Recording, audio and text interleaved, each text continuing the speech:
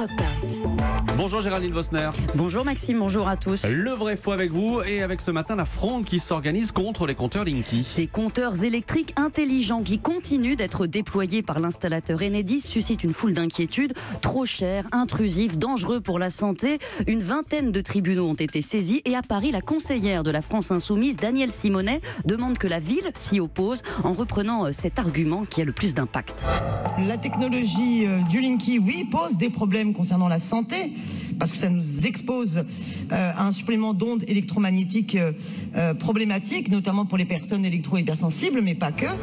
Les compteurs Linky posent un problème de santé, vrai ou faux? Alors il faut être clair, c'est faux. Ces compteurs Linky ne posent pas de problème de santé, même si l'inquiétude est compréhensible. Elle repose sur la crainte que l'accumulation d'appareils émetteurs dans notre environnement, avec les portables, les micro-ondes, les antennes relais, pourrait entraîner des troubles. Mais ces compteurs, justement, en émettent très peu, à 20 cm du boîtier. Les niveaux maximaux de champs électromagnétiques mesurés restent 100 à 600 fois inférieurs aux valeurs limites réglementaires. En gros, ils émettent 100 fois moins que votre frigo, donc non, ce n'est pas dangereux. Alors certes, ce type de fréquence a été classé cancérigène possible par l'OMS, mais c'est comme le café ou certains cornichons, ça reflète les interrogations des chercheurs, pas la dangerosité. Et je répète ce que vous disiez Géraldine, ce que l'on craint c'est l'accumulation de ces ondes dans notre environnement. Oui, mais il faut bien comprendre de quoi on parle. Ces ondes radiofréquences qui nous entourent, ce ne sont pas des rayons X. Les énergies en jeu vont pas casser votre code moléculaire. Des centaines d'études ont été conduites depuis 20 ans pour en mesurer les effets,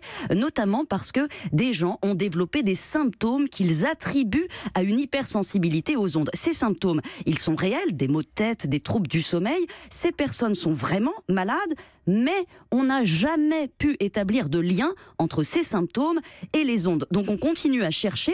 Une vingtaine d'études ont montré que ces gens développaient ces symptômes quand ils se pensaient exposés, même si ce n'était pas le cas. Donc il y a peut-être un effet nocebo. Il existe aussi peut-être un terrain migraineux. Le consensus scientifique, néanmoins, est assez unanime. Aujourd'hui, il n'y a pas vraiment de débat. Il n'y a pas de risque avéré pour la santé dans le cas d'exposition dans les limites réglementaires à ces ondes. Et il faut être prudent quand on utilise cet argument du risque.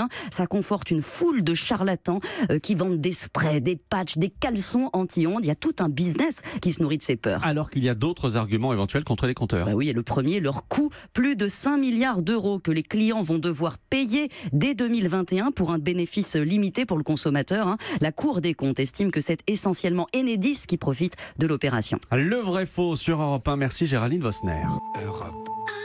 Europe 1.